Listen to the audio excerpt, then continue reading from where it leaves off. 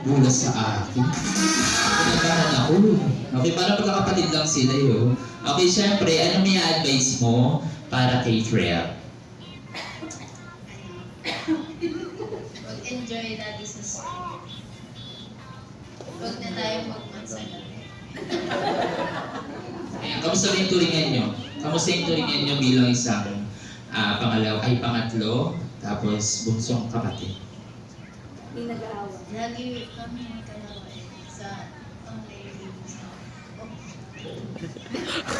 Sa online games.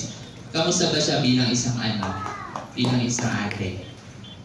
Ayos lang. Maayos lang. Kasi nilakihan mo ng mata, o tingnan mo, maayos lang. Ayan, alright. Ay, pa naman natin, si Ellie. Ito naman tayo sa pinakagwapo ng kuya. Ayan, parang pa naman si Edric, oh. Binata. Ilan ka na ba, Edric?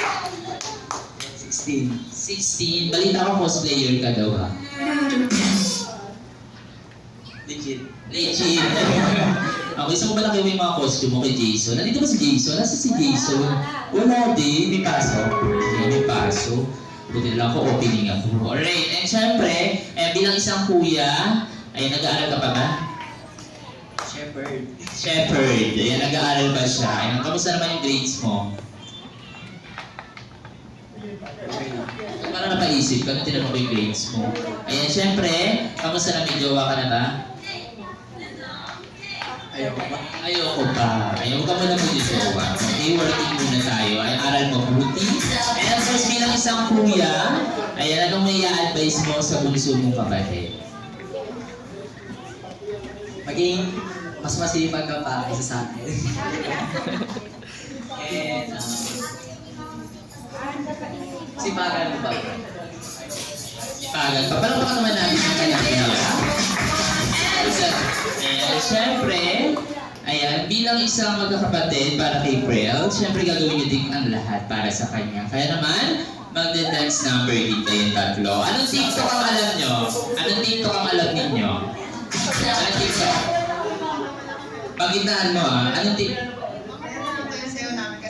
May ready naman kayong dance number. O sige, gagamitin natin yan, okay? Ayan, syempre, kamustahin muna natin ang ating birthday girl. Ito nga dito, ang ganda-ganda mo. Pwede mong after ng event, meron ako ng dress mo.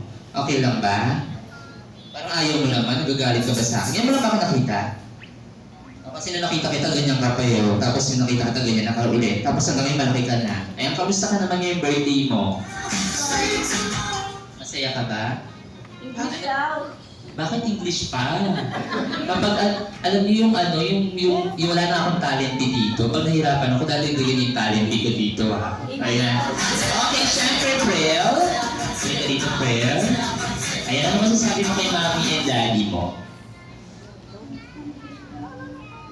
Di ba Tagalogin mo na lang? Wala kang mag-English pa ako. Okay, what is your message to your mom and dad? I love them. Ayan, yun lang ba? Bakit kasi nuro ako mag-English ko? Pwede mag-Chinese na lang. Ayan, syempre, isang pagbati, isang malakas na happy birthday para kay Prel. Isang malakas na happy birthday, Prel in 3, 2, and 1! Ayan, palapakan naman natin si Prel. Happy birthday. Ayan, since ready na tayo para sa ating games, ayan, kailangan po lahat ng